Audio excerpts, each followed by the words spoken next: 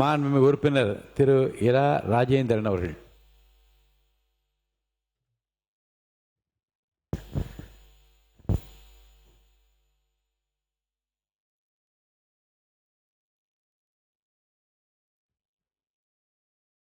மாண்புமிகு பேரவை தலைவர் அவர்களுக்கு வணக்கம். வரலாற்று சிறப்புமிக்க சத்துணவு திட்டம் தந்த புரட்சி தலைவர் எம்ஜிஆர், சமூக நீதி காத்த வீராங்கனை, நாங்கள் அனைவரும் அன்றாடம் போற்றி வணங்குகிற டாக்டர் புரட்சி தலைவி அம்மா அவர்கள் ஆகியோரின் அருளாசியோடு அனைத்திந்திய அண்ணா திராவிட முன்னேற்ற கழகத்தினுடைய பொதுச் செயலாளர், முன்னாள் முதலமைச்சர், வருங்கால முதலமைச்சர் அருமையண்ணன் எடப்பாடியார் அவர்களுடைய மேலான ஆசியோடும் அன்போடும் அனுமதியோடும் பொதுப்பணி, கட்டிடங்கள் மற்றும் நெடுஞ்சாலைத்துறையோடு சிறு துறைமுகங்கள், விளையாட்டு மேம்பாட்டுத்துறை, மனிதவளத்துறைகள் மீது நடைபெறும் விவாதத்தில் பங்கேற்று பேசுகின்ற வாய்ப்பினை தந்த, அதோடு மட்டுமல்லாமல் எனக்காக 3 முறை நெய்வேலி தொகுதியில் தொடர் பிரச்சாரம் மேற்கொண்டதோடு இன்றைக்கு கூட்டணியோடு சேர்த்து 53 சட்டமன்ற உறுப்பினர்களுடைய வெற்றிக்கு அயராது உழைத்திட்ட அருமை அண்ணன் அவர்களுக்கு அரசியலில் எந்த இடம் என்றெல்லாம் நிர்ணயிக்கின்ற நிலைப்பாட்டை கூற தகுதி பெற்ற ஒரே தலைவர் மாண்புமிகு அம்மா அவர்கள் மட்டுமே என்பதை இந்த அவையிலே தெரிவித்துக் கொள்வதோடு, தங்களது அயராத உண்மையான உழைப்பிற்கு நெய்வேலி தொகுதியினுடைய சட்டமன்ற உறுப்பினர் என்கிற முறையிலே நானும் என்னுடைய குடும்பமும் தங்களுக்கு நெஞ்சார்ந்த நன்றியை இந்த நேரத்தில் தெரிவித்துக் கொள்கிறேன். மேலும் என்னுடைய வெற்றிக்காக அரும்பாடுபட்ட பாட்டாளி மக்கள் கட்சியினுடைய தலைவர், முன்னாள் மத்திய அமைச்சர் அருமை அண்ணன் டாக்டர் அன்புமணி ராமதாஸ் அவர்களுக்கும், கூட்டணி கட்சிகளுக்கும், கழகத்தினுடைய நிர்வாகிகளுக்கும் பல்வேறு சூழ்நிலைகளுக்கிடையே நெய்வேலி சட்டமன்ற தொகுதியினுடைய உறுப்பினராக நான் தேர்வு செய்யப்பட வேண்டும் என்கிற இதய சுத்தியோடு வாக்களித்த வாக்காளர் பெருமக்களுக்கும், அயராது பணியாற்றிய உறவினர்களுக்கும், நண்பர்களுக்கும், மாநில, மாவட்ட, ஒன்றிய, நகர பொறுப்பாளர்களுக்கும் எனது மனமார்ந்த நன்றியினை ஒவ்வொருவருக்கும் இந்த அவையின் மூலமாக நான் தெரிவித்துக் கொள்ள கடமைப்பட்டிருக்கிறேன், தெரிவித்துக் கொள்கிறேன். மாண்புமிகு இந்த அவையிலே இடம்பெற்றிருக்கிற அனைத்து சட்டமன்ற உறுப்பினர்களுக்கும் இந்த நேரத்தில் என்னுடைய நன்றிகளையும் வணக்கத்தையும் தெரிவித்துக் கொள்கிறேன். நெய்வேலி நிலக்கரி நிறுவனம் 1956 துவங்கப்பட்டு மின்சாரத்தை மையமாக வைத்து இன்றைக்கு மிகப்பெரிய நிறுவனமாக விளங்கிக் கொண்டிருக்கிறது. தற்போது நவரத்னா அந்தஸ்து பெற்று, அதோடு மட்டுமல்லாமல் அதற்கு முன்னமே மினி ரத்னாவையும் பெற்று மீண்டும் மகாரத்னாவை நோக்கி அந்தஸ்தை நோக்கி சென்று கொண்டிருக்கிறது. கடந்த ஆண்டு அவர்களுடைய கணக்கு ஆண்டினுடைய வருமானம் 3769 கோடி என்று நிறுவனத்தினுடைய தலைவர் அறிவித்திருக்கிறார்கள். இந்நிறுவனத்தில் பணியாளர்கள், நிர்வாக அலுவலர்கள், தொழிலாளர்களை தேர்வு செய்யும் போது கடலூர் மாவட்டம் மற்றும் தமிழகத்திற்கு முன்னுரிமை தர வேண்டும் என்றும், பணிக்காலத்தில் நிறுவனத்திற்கு உள்ளேயே இறந்து விடுகிற தொழிலாளர்களுக்கு முறையாக வரையறுக்கப்பட்ட பயனளிக்கும் திட்டங்கள் ஏதுமில்லை என்பதையும், நிர்வாக பகுதிகளில் தொழிலாளர்களுக்கு முறையான சிகிச்சை வசதி இல்லை என்பதையும்,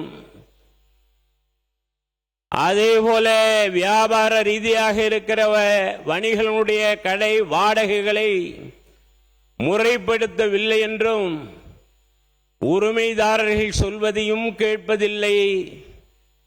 இந்த NLCIL நிறுவனம் அங்கே பணிபுரியுடைய தொழிலாளர்களுக்கு பணி வழங்குகிற நிலைப்பாட்டில் அங்கே பணியாற்றுகிற தொழிலாளருக்கு முன்னுரிமை அடிப்படையில் வேலை வாய்ப்பு வழங்க வேண்டும் என்றும், நியாயமான கோரிக்கைகளை உயரதிகாரிகள் கேட்பதில்லை என்பதையும், அதேபோல ஆண்டிற்கு அவர்கள் ஈட்டுகிற லாபத் தொகையில் 3% பங்கை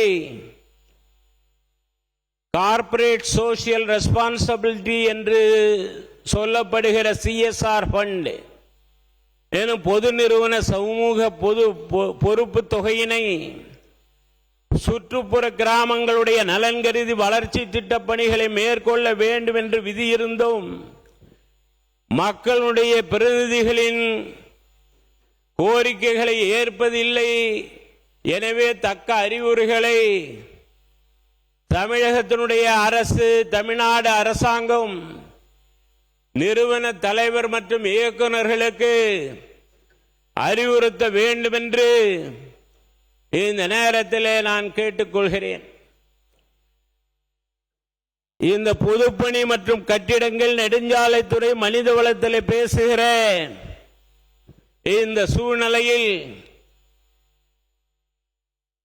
கட்டிடங்களை பொறுத்தவரை பல்வேறு இன்றைக்கு இருக்கிற 20க்கும் மேற்பட்ட துறைகளுக்கெல்லாம் தேவையான கட்டிடங்களை முறையாக வருகின்ற அரசுகள் கட்டினாலும் கூட, கடந்த காலத்தில் பொதுப்பணியினுடைய கட்டிடங்கள் துறையினுடைய மூலமாக மணி மண்டபங்கள், நினைவகங்கள், அருமையண்ணன் புரட்சி தமிழர் அவர்களுடைய காலத்தில் நடிகர் திலகம் அம்மா அரசாங்கத்தின் மூலமாக நடிகர் திலகம் சிவாஜி கணேசனுக்கு மணிமண்டபம் 2.80 கோடியிலும் 1.15 கோடி மதிப்பீட்டில் சிதம்பரத்தில் சுவாமி சகஜானந்தா மணிமண்டபமும், ரூபாய் 85 லட்சம் மதிப்பீட்டில் பட்டுக்கோட்டை அழகிரிசாமிக்கு நினைவகமும்,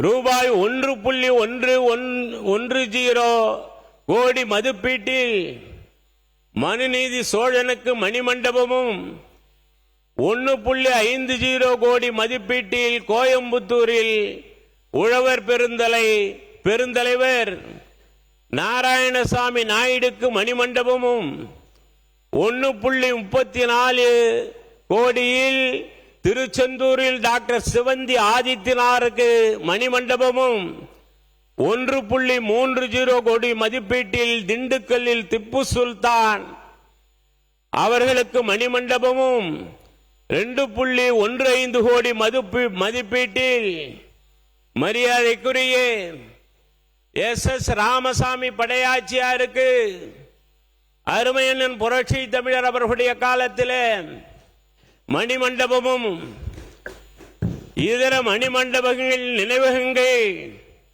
பின்வருமாறு 78.42 கோடியிலும், ஒண்டி வீரனுக்கு, தீரன் சின்னமலைக்கு, இரட்டமலை சீனிவாசனுக்கு, வீரன் சுந்தரலிங்கனாருக்கு, கவிமணி தேசிக விநாயகம் பிள்ளைக்கு, சர் AT பன்னீர்செல்வம் உட்பட பேரரசு பெரும்பிடுகு முத்தரையர், அதோடு மட்டுமல்லாமல் நாங்கள் அன்றாடம் போற்றி வணங்குகிற இந்த அவையிலே கருவுறுகிற ஒரு தாயின் வயிற்றிலே கரு உருவாகிற காலத்திலிருந்து படித்து பட்டம் பெற்று பணிக்கு சென்று தன்னுடைய கல்லறைக்கு செல்கிற வரை மணிக்கணக்கிலே திட்டங்களை சொல்லலாம்.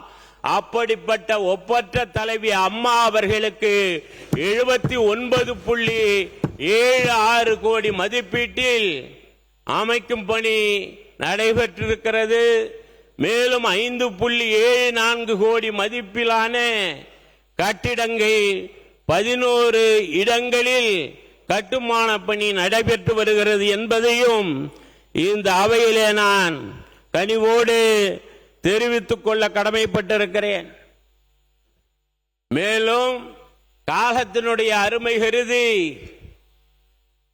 இன்னும் பல்வேறு கட்டிடங்களுடைய மூலமாக திண்டுக்கல்லில் ஆரம்பித்து சமூக நலத்துறை, நீதிமன்றத்தினுடைய கட்டிடங்கள், சட்ட பல்கலைக்கழகம் உட்பட பல்வேறு கட்டிடங்களை கட்டுகிற பணியும் நடைபெற்றிருக்கிறது என்பதை இந்த அவையில் தெரிவித்துக் கொள்ள கடமைப்பட்டிருக்கிறேன்.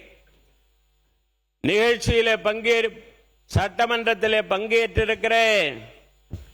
நெடுஞ்சாலைத்துறையை பொறுத்தவரை 21,524 கோடி ரூபாய் தோராய மதிப்பீடு என்றாலும் கூட இன்னைக்கு சரியாக 21,512 கோடி ரூபாய் என்கிற நிலைப்பாட்டை கொண்டு இந்த சாலை உட்கட்டமைப்பை பொறுத்தவரை இந்த நாட்டிலே இருக்கிற தேசிய நெடுஞ்சாலையாக இருந்தாலும் மாநில நெடுஞ்சாலையாக இருந்தாலும் நாட்டு மக்களுடைய நலனை கருத்திலே கொண்டு அவசரமாக போக்குவரத்து முறை செம்மையாக நடைமுறைப்படுத்தப்பட்டு வருகிறது என்றாலும் கூட இன்னும் இருக்கிற பணிகளை எல்லாம் சிறப்பாக இன்னும் வருகிற காலத்திலே செய்ய வேண்டும் என்கிற அன்பான வேண்டுகோளையும் வைத்து நிதிநிலை அறிக்கையிலே விளையாட்டுத் துறைக்கு 1051 கோடி ரூபாய் ஒதுக்கீடு செய்யப்பட்டிருக்கிறது. விளையாட்டுத் துறையில் ஆர்வமுள்ள மாணவ மாணவிகளை ஊக்குவித்து இன்னும் படித்து பட்டம் பெற்றிருக்கிற மாணவர்களையும் அதில் ஈடுபாடுடைய சமுதாயத்தில் இருக்கிற விளையாட்டு பயிற்சியாளர்களையும் முறையான பயிற்சி அளித்து அவர்களுடைய முன்னேற்றத்திற்கு வழிவகை செய்ய வேண்டும் என்று, அதோடு மேலும் கிராமங்களில் உள்ள இளைஞர்களை மது போதையிலிருந்து மீட்டெடுத்து விளையாட்டில் ஆர்வம் காட்ட வழிவகை செய்ய வேண்டும் என்று இந்த நேரத்தில் நான் கேட்டுக்கொள்ள கடமைப்பட்டிருக்கிறேன். அனைத்து துறைகளிலும் உள்ள பணிகளை இயந்திரங்கள் மூலம் தவிர்த்து செயல்படுவதை தவிர்த்து மனித வளத்திற்கு முக்கியத்துவம் தந்து மனித வள மேம்பாட்டை உறுதிப்படுத்த வேண்டும் என்றும் கேட்டுக்கொள்கிறேன். தற்பொழுது நெடுஞ்சாலைத்துறையின் மூலமாக, தேசிய நெடுஞ்சாலைத்துறை மூலமாக விக்கிரவாண்டி கும்பகோணம் விகேடி என்று சொல்லப்படுகிற விக்கிரவாண்டி கும்பகோணம் தஞ்சாவூர் நெடுஞ்சாலை பல்வேறு காலங்களாக அந்த பணி ஒப்பந்ததாரர்களால் அடிக்கடி விட்டு இன்றைக்கு தொடர்ந்து ஒரு வருட காலமாக அந்த பணி நடைபெற்று கொண்டிருக்கிறது. ஏறக்குறைய தமிழகத்திலேயே இந்த ஒரு சாலை மட்டும்தான் இன்னும் நிறைவு பெறாமல் இருக்கிறது. எனவே தேசிய நெடுஞ்சாலையாக இருந்தாலும் மாநில நெடுஞ்சாலைத்துறையினுடைய அமைச்சர் அதை கவனத்தில் எடுத்துக்கொண்டு தொய்வில்லாமல் நடைபெறுகிற அந்த பணி தொடர்ந்து விரைவாக அந்த பணியை நிறைவு செய்ய வேண்டும் என்றும் இந்த நேரத்தில் நான் கேட்டுக்கொள்ள கடமைப்பட்டிருக்கிறேன். நெய்வேலி தொகுதியை பொறுத்தவரை நெய்வேலி சட்டமன்ற தொகுதியிலே நெய்வேலி நகரம் 30 வட்டமாக இருந்தாலும் கூட அது இன்றைக்கு மாநில அரசின் மூலமாக அன்றைக்கு 956 அந்த நிறுவனம் துவங்கப்பட்டு பல்வேறு நிலைப்பாட்டின் காரணமாக அன்றைக்கு தமிழக சர்க்கார் அன்றைக்கு நிலத்தை நாம் அவர்களுக்கு கொடுத்திருக்கிறோம். 15 நிமிஷம் முடிஞ்சிருக்கு, சுருக்கமா நீங்க முடிக்கணும். இன்னொரு 10 நிமிஷத்துல முடியும். இல்ல இல்ல 10 நிமிஷத்துக்கு மேல நான் தரதா இல்ல. ஆனா உங்களுக்கு 15 நிமிஷம் கொடுத்துட்டேன். சீக்கிரமா வாங்க, நீங்க எழுதி கொடுங்க. தொகுதியை பத்தி எல்லாம் எழுதி கொடுங்க. அவர்களே, இது முழுக்க முழுக்க என்னுடைய நெடுஞ்சாலைத்துறை இதெல்லாம் நான் ஓரளவுக்கு 2 வரி 3 வரி என்றுதான் எடுத்துக் கொண்டிருக்கிறேன். முழுக்க இந்த நெய்வேலி தொகுதியிலே பல்வேறு சூழ்நிலைகள், ஒரு பக்கம் மத்திய சர்க்கார், இன்னொரு பக்கம் மாநில சர்க்கார் மூலமாக இன்னும் செய்யப்படாமல் இருக்கிற பணிகள், இப்படியெல்லாம் இருக்கிற காரணத்தினாலே எழுதி கொடுங்க. ஒரு புத்தகம் போடுற அளவுக்கு நீங்க தொகுதியை பத்தி எழுதி கொடுத்தா கூட அவைக்குள் நான் எழுதிக்கிறேன். என்னுடைய உரையை நிறைவு செய்யலாம் என்று இருக்கிறேன். வடக்குத்து ஊராட்சி என்பது இன்னைக்கு 17,000 வாக்காளர்களை உள்ளடக்கி இருக்கிற ஊராட்சி. எனவே அந்த ஊராட்சி இது இந்த துறையிலே இல்லை என்றாலும் கூட மாண்புமிகு உள்ளாட்சித்துறை அமைச்சர் அவர்களுடைய ஊரக அமைச்சருடைய கவனத்திற்கு இதை விரைவிலே பேரூராட்சியாக தரம் உயர்த்தி தர வேண்டும் என்கிற அன்பான வேண்டுகோளை வைக்க கடமைப்பட்டிருக்கிறேன். அதே போல நெய்வேலி நிலக்கரி நிறுவனத்திலிருந்து வருகிற உபரி நீர் ஒரு பக்கம் குறிஞ்சிப்பாடி தொகுதிக்கு செங்கால் ஓடை வாயிலாக சென்று கொண்டிருக்கிறது. அங்கேயும் அவர்கள் பயன்பெறட்டும். இன்னொரு பக்கம் நெய்வேலி தொகுதியினுடைய வடக்கு மேலூர், வடக்குத்து, கீழூர், பாச்சாரப்பாளையம், சமட்டிக்குப்பம் வரை, புலியூர், கோரணப்பட்டு என்று சொல்லி அங்கே இருக்கிற விவசாய பெருமக்கள் பயன்படுகிற வகையிலேயும் நெய்வேலி நிலக்கரி நிறுவனத்தை அறிவுறுத்தி தமிழக அரசாங்கம் விவசாயிகளை அவர்களுக்கு பாசன நீர் கிடைக்க ஆவண செய்ய வேண்டும் என்று அன்போடு நான் இந்த நேரத்தில் கேட்டுக்கொள்கிறேன். இலங்கை தமிழர்கள் அன்றைக்கு புரட்சி தலைவர் எம்ஜிஆர் காலத்தில் அவர் அரசாட்சி செய்கிற காலத்திலே அங்கே இருந்து புலம்பெயர்ந்து வந்த சுமார் 1000 குடும்பத்தை சார்ந்தவர்களுக்கு அன்றைக்கு 5 சென்ட் நிலம் வீடு கட்டுவதற்கு கொடுத்தார்கள். இன்றைக்கு 50 ஆண்டு காலம் நிறைவு பெறுகிறது. எனவே அந்த மக்களுடைய வாழ்க்கை சூழ்நிலையை கருத்திலே கொண்டு அவர்களுக்கு இந்த அரசாங்கம் வருவாய்த்துறையினுடைய மூலமாக ஆய்வு செய்து 3 சென்ட் நிலத்தை அவர்களுக்கு பட்டா, இலவச பட்டா கொடுக்க ஆவண செய்ய முடியுமா என்று பரிசீலித்து நடவடிக்கை மேற்கொள்ள வேண்டும் என்று இந்த நேரத்தில் அன்போடு நான் கேட்டுக்கொள்ள கடமைப்பட்டிருக்கிறேன்.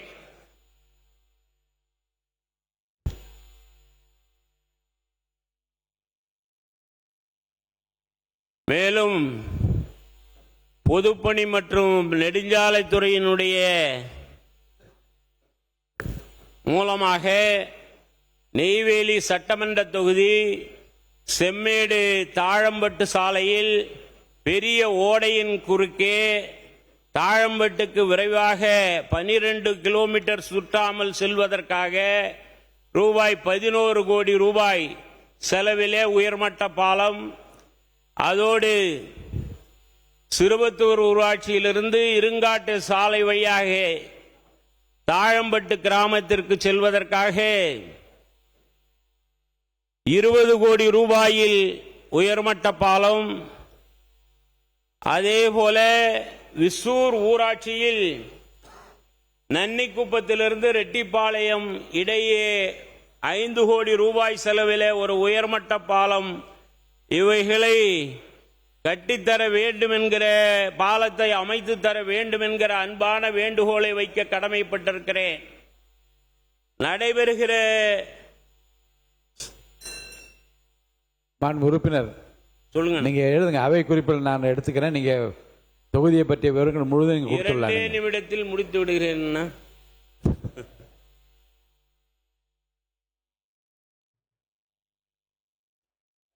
அந்த இது அணு கொடுத்த அந்த பேப்பர் வேணாண்டாங்க.